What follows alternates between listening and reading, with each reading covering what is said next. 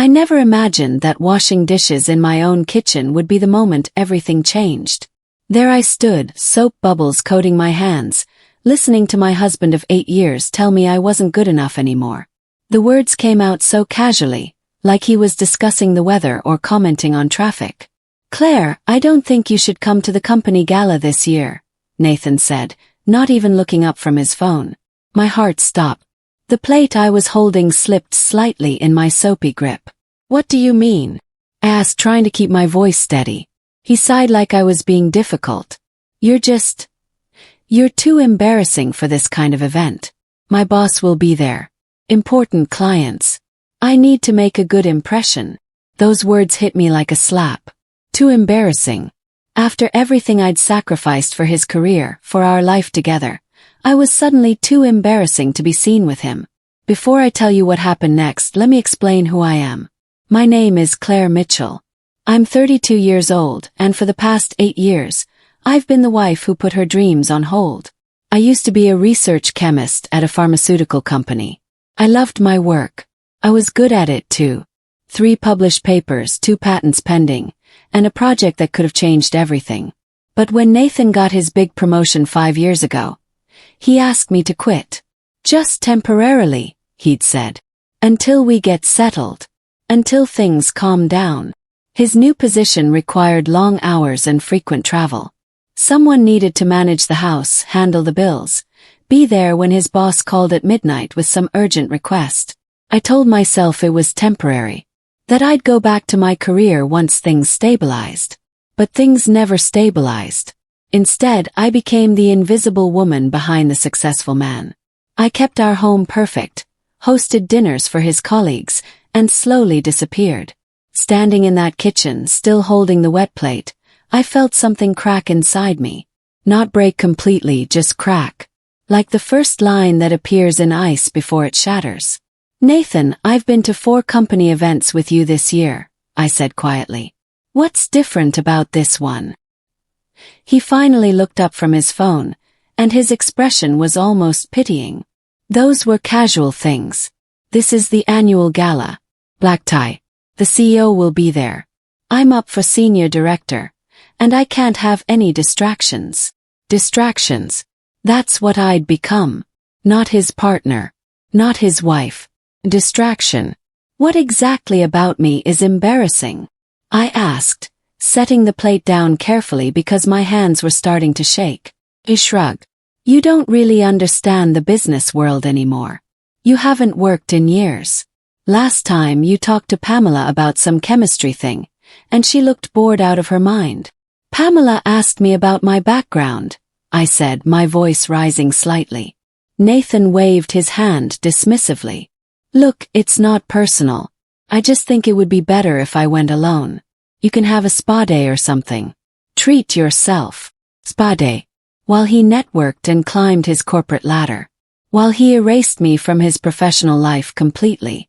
I turned back to the sink, not trusting myself to speak. Behind me, I heard him get up, grab his keys. "I'm meeting Connor for drinks," he announced. "Don't wait up." The door closed.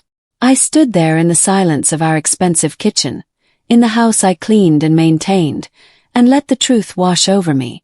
This wasn't sudden. Nathan had been growing distant for months. Small comments here and there. "Maybe wear something more professional looking. Try not to talk too much about the past. Remember, these people don't really care about chemistry." He'd been slowly erasing me, and I'd let him. 'Cause I loved him. Because I'd invested 8 years. Because I kept believing we were building something together. But I wasn't too embarrassing. I wasn't too anything. I was just inconvenient. That night I couldn't sleep. I lay in bed, staring at the ceiling, replaying every moment of the last 5 years. All the times I'd smiled and nodded while Nathan's colleagues talked over me. All the dinner parties where I'd served the food and cleaned up while he soaked in the praise. All the times he'd introduced me as just my wife, instead of mentioning I used to be a scientist. Around 2 in the morning, something inside me shifted. That crack in the ice spread wider.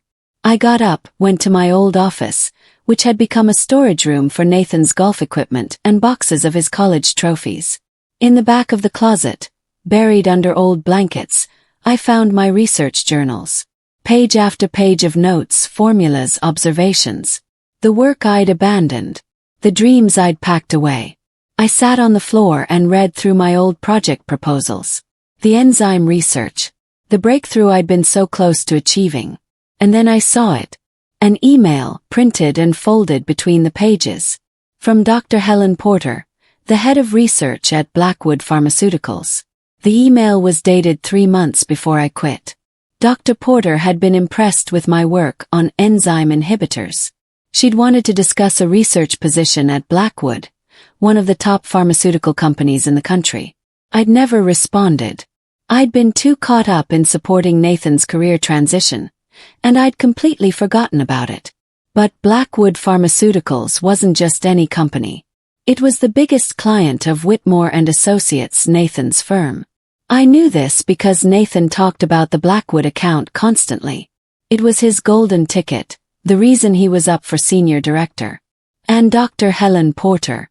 She was one of the executives Nathan desperately wanted to impress at the gala. A plan started forming in my mind. Not revenge exactly.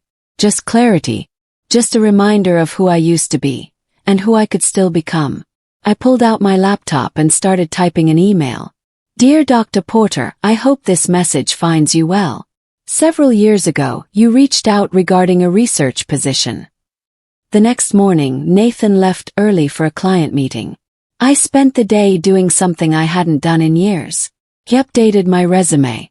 I researched current developments in enzyme research. I prepared a presentation of my old work, updated with recent industry advances. By noon, Dr. Porter had responded to my email. She remembered me. More than that, she was still interested. Your enzyme inhibitor research was groundbreaking, she wrote. We've been trying to replicate your methodology for years. Would you be available for a meeting? My hands trembled as I typed back. Actually, I'll be attending the Whitmore and Associates charity gala on Saturday. Would you have time to chat there? Her response came within minutes. Perfect. I've been looking for an excuse to discuss something with Whitmore's team anyway. Let's plan on it. I sat back, my heart pounding. Nathan didn't want me at his gala because I was too embarrassing. Fine. Go anyway. But not as his forgotten wife. As Dr. Claire Mitchell, research chemist. The next few days passed in a blur. I went shopping, spending money from the account I'd kept separate, money from my old job that I'd saved. I bought a dress, deep navy blue, elegant and professional. I got my hair done, not in the soft curls Nathan preferred, but in a sleek style that meant business. I practiced my talking points, rehearsed my research summary, and prepared for the conversation I'd been waiting 5 years to have. Nathan didn't notice any of this. He was too busy preparing his own materials for the gala, too focused on impressing his superiors. On Friday night he reminded me again. Remember, you're staying home tomorrow. Order takeout, watch a movie. I'll be back late. I smiled sweetly. Of course. Have a great time. He looked relieved. Thanks for understanding. This is really important for my career. I know, I said. And I meant it. It was important for his career. Which was exactly why I was going. Saturday evening arrived. Nathan left early to help set up, wearing his most expensive suit. He checked himself in the mirror 3 times before leaving, adjusting his tie, perfecting his appearance. He didn't kiss me goodbye. He just waved and left. I waited 30 minutes, then began getting ready. The dress fit perfectly. The hair looked sharp and professional. I put on minimal makeup and the pearl earrings my grandmother had given me when I graduated with my doctorate. I looked in the mirror and barely recognized myself. Not because I looked different, but because I looked like me again. Like the woman I'd been before I started shrinking myself to fit into Nathan's world. I'd arranged my own transportation, a car service that would drop me at the venue entrance. As I walked out the door, I felt something I hadn't felt in years. Not nervousness, not fear, certainty. I was Dr. Claire Mitchell. And tonight, everyone was going to remember that. The gala was held at the Grand Harbor Hotel, a massive ballroom with crystal chandeliers and floor-to-ceiling windows overlooking the city. I arrived fashionably late, exactly as planned. The moment I stepped inside, I scanned the room for two people. Nathan and Dr. Porter. I spotted Nathan first. He was near the bar, laughing with a group of colleagues, his hand gesturing animatedly as he told some story. He looked confident, comfortable, completely unaware that his world was about to shift. Then I saw Dr. Porter. She was exactly as I remembered from the conference photos. Tall, gray hair pulled back elegantly, sharp eyes that missed nothing. She was talking with a man I recognized as James Whitmore, the CEO of Nathan's company. Perfect. I took a breath and started walking toward them. I was halfway across the room when Nathan spotted me. His face went through several expressions in rapid succession. Confusion, recognition, and then pure horror. He started moving toward me, but I was closer to Dr. Porter. Dr. Porter, I said, extending my hand. Claire Mitchell. Thank you for agreeing to meet with me. Her face lit up with recognition and genuine warmth. Dr. Mitchell, I'm so glad you could make it. I've been eager to discuss your research. She turned to James Whitmore. James, this is Dr. Claire Mitchell. She's done remarkable work in enzyme inhibition. I've been trying to recruit her for years. Whitmore's eyebrows raised with interest. A researcher. Are you affiliated with one of our pharmaceutical clients? Not currently, I said smoothly. I took time away from active research, but I'm looking to return to the field. Behind Dr. Porter, I saw Nathan pushing through the crowd, his face pale. Claire, he said, slightly breathless. What are you doing here? Dr. Porter looked between us, confused. Do you two know each other? This is my wife, Nathan said, his voice strained. The silence that followed was beautiful. Dr. Porter's expression shifted from confusion to something else. Understanding, maybe. Or calculation. Your wife. Dr. Porter repeated, looking at Nathan with new eyes. Nathan, you never mentioned your wife was Dr. Claire Mitchell. Nathan's mouth opened and closed. I didn't know she still used her professional title. Of course I do, I said calmly. It's what I earned. James Whitmore stepped forward. His interest clearly piqued. Dr. Mitchell, your husband has been handling the Blackwood account. He's never mentioned your background in pharmaceutical research. We keep our professional lives separate, I said, keeping my tone pleasant. Though I've been following Blackwood's work closely. Your recent publication on protein synthesis was fascinating, Dr. Porter. We launched into a technical discussion, right there in the middle of the gala. Dr. Porter was animated, excited to talk to someone who understood her work at a deep level. Whitmore listened, occasionally asking questions that showed he was sharp enough to follow the conversation even without a science background. Nathan stood beside us, completely frozen. This was his nightmare. Not just that I'd shown up, but that I was outshining him at his own event. After 10 minutes of conversation, Dr. Porter touched my arm gently. Claire, I need to speak with you seriously.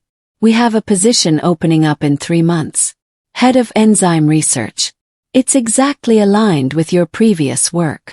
I'd be very interested, I said. I'm ready to return to research full-time.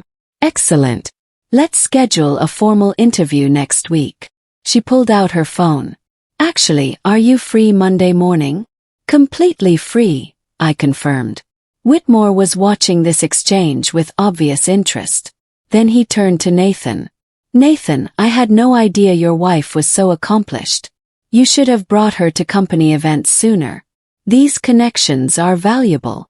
Nathan's face had gone from pale to slightly red. Yes, sir. I wasn't sure she'd be interested. Not interested. Dr. Porter laughed. James, Dr. Mitchell's research on enzyme inhibitors is cited in half the papers my team publishes. She's brilliant. The word hung in the air. Brilliant. Not embarrassing. Not inappropriate. Not a distraction. brilliant. More people began joining our conversation. Word had spread that Dr. Porter was talking to someone about cutting-edge research. Scientists love talking science, and soon I was surrounded by people who actually cared about what I had to say. Nathan tried to insert himself into the conversations, but he was out of his depth. These weren't business discussions about contracts and clients. These were technical talks about methodology and breakthrough research. I watched him struggle, watched him realize that in this particular arena, he was the one who didn't belong.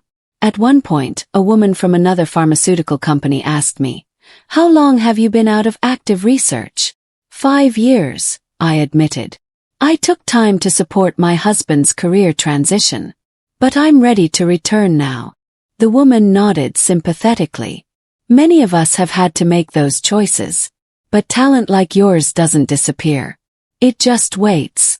She was right. My talent had been waiting, hibernating, and now it was waking up. An hour into the gala, Nathan finally managed to pull me aside. We stood near the windows away from the crowd, and he looked at me like he'd never seen me before. "What are you doing?" he hissed. "You weren't supposed to be here." "I changed my mind," I said simply. "You said I was too embarrassing. I thought I'd prove you wrong." "This isn't funny, Claire. You're making me look bad." I tilted my head, genuinely curious. "How am I making you look bad?" "By being qualified. By having conversations with your clients. By being exactly who I've always been." "You know what I mean," he said, his jaw tight. "This is my event. My career. And I'm your wife," I replied. "Or have you forgotten that?" He ran a hand through his hair, frustrated. "We'll talk about this at home." "No," I said firmly. "We'll talk about it now. You were ashamed of me. You thought I wasn't good enough for your precious gala. But the truth is, Nathan, you were never ashamed of who I am. You were threatened by it." His eyes widened. "That's not true. Isn't it? You asked me to quit my job. You encouraged me to step back from my career. Every time I mentioned going back to work, you had some reason why it wasn't the right time. You didn't want a wife who was embarrassing. You wanted a wife who was smaller than you." The words came out clear and certain, because I'd finally seen the truth. For 5 years, Nathan had been comfortable with me being invisible. He liked coming home to a clean house and a supportive wife who never challenged him. He liked being the successful one while I faded into the background. But the moment I stepped back into my own light, he panicked. "I supported you," he said defensively. "I paid the bills while you stayed home."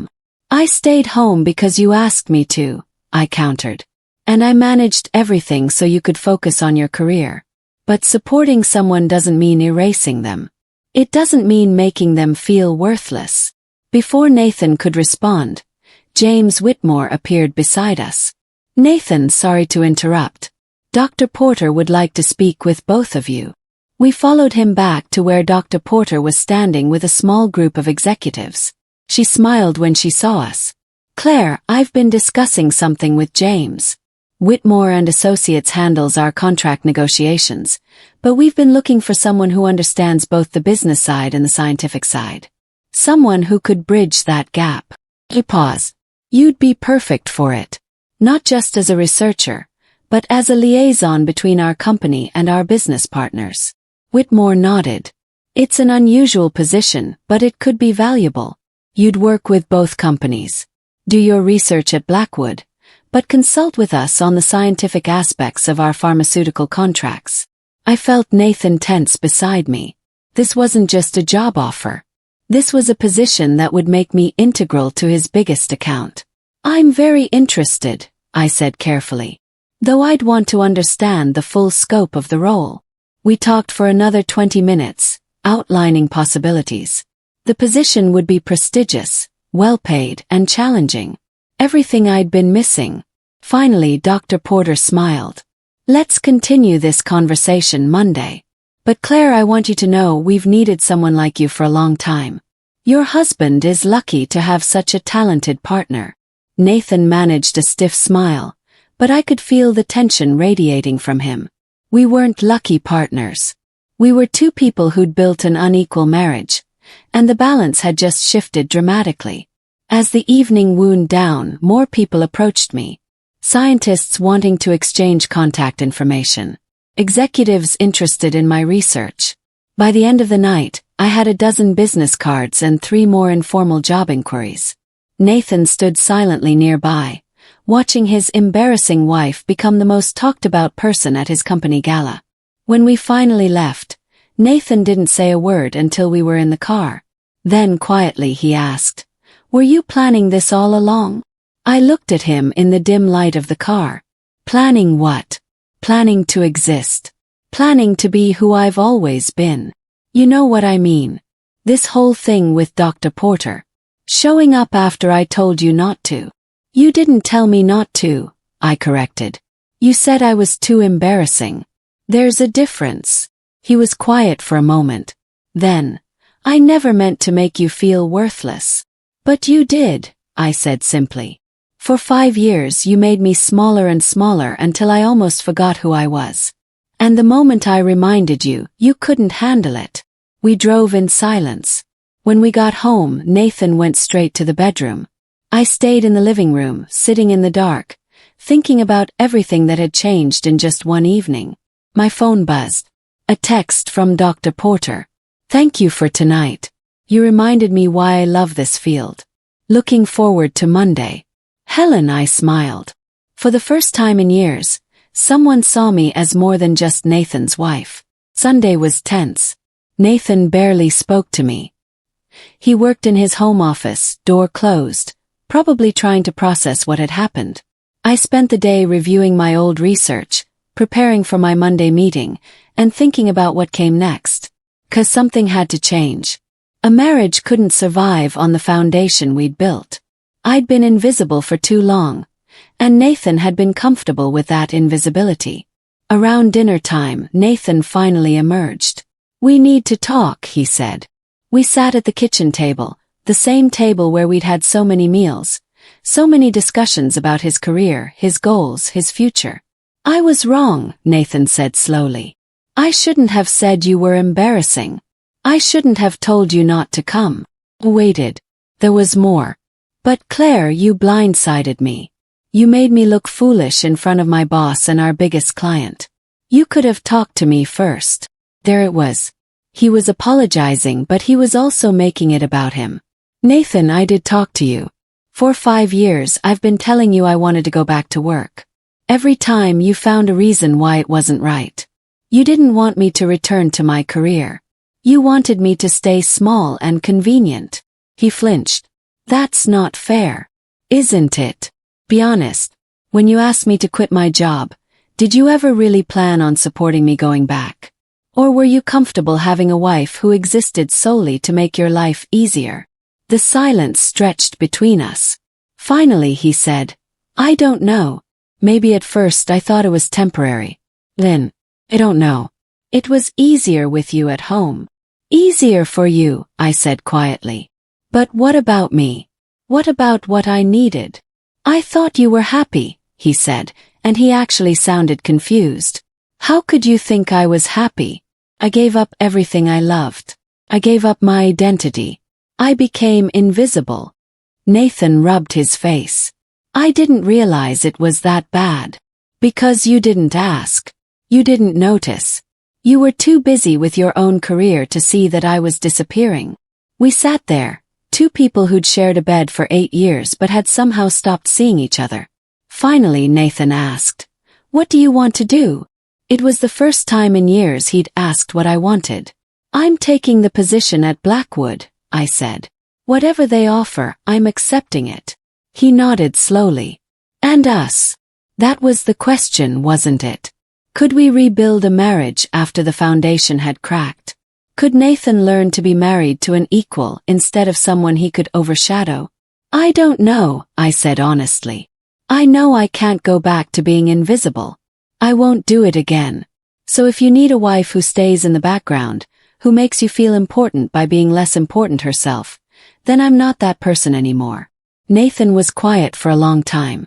Then he said something that surprised me. "My father was a mechanic." My mother was a housewife. Growing up, I watched him come home tired, and she'd have dinner ready, the house clean. That's what I thought marriage looked like. The man works, the woman supports. But that's not who I am, I said. I'm a scientist. I need to work. I need to contribute. I know, he said. I'm starting to understand that. But Claire, this is going to be hard for me. My ego took a beating last night. Your ego? I almost laughed. Nathan, you called me embarrassing. You erased 5 years of my life because it made you uncomfortable. And you're worried about your ego. He had the grace to look ashamed. You're right. Sorry. Really sorry. Not just for last night but for everything. For making you feel invisible. For taking you for granted. It was what I'd needed to hear. But was it enough? Monday morning, I dressed carefully for my interview. Professional, confident, ready. As I was about to leave, Nathan stopped me. Good luck today, he said. I mean it. I hope you get everything you want. He nodded. Thank you. At Blackwood Pharmaceuticals, Dr. Porter welcomed me warmly. We spent 3 hours discussing the position, the research, the possibilities. By the end, she made a formal offer. Head of enzyme research, with a liaison role to help bridge scientific and business communications. The salary was more than I'd made before I quit. The position was everything I'd dreamed of. I accepted on the spot. When I got home that evening, Nathan was waiting. Well, he asked. I got it, I said. Full position. I start in 2 weeks. He smiled, and for the first time in days, it looked genuine. Congratulations. You deserve it. We stood there, 2 people trying to figure out if we could build something new from the broken pieces of what we'd had. It's been 3 months since the gala. 3 months since I stopped being invisible. I'm back in research full-time and I love it. My team is brilliant, the work is challenging, and I feel alive again. Nathan and I are still together, but things are different. We're in counseling, working through years of imbalance and resentment. Some days are hard. He still struggles with having a wife who's as accomplished as he is, maybe more so. But he's trying. He's learning that a partnership means lifting each other up, not keeping someone down to feel taller. Last week, his company had another event. This time, Nathan introduced me as Dr. Claire Mitchell, head of enzyme research at Blackwood Pharmaceuticals. He said it with pride. Maybe we'll make it. Maybe we won't. But I know one thing for certain. I'll never be invisible again.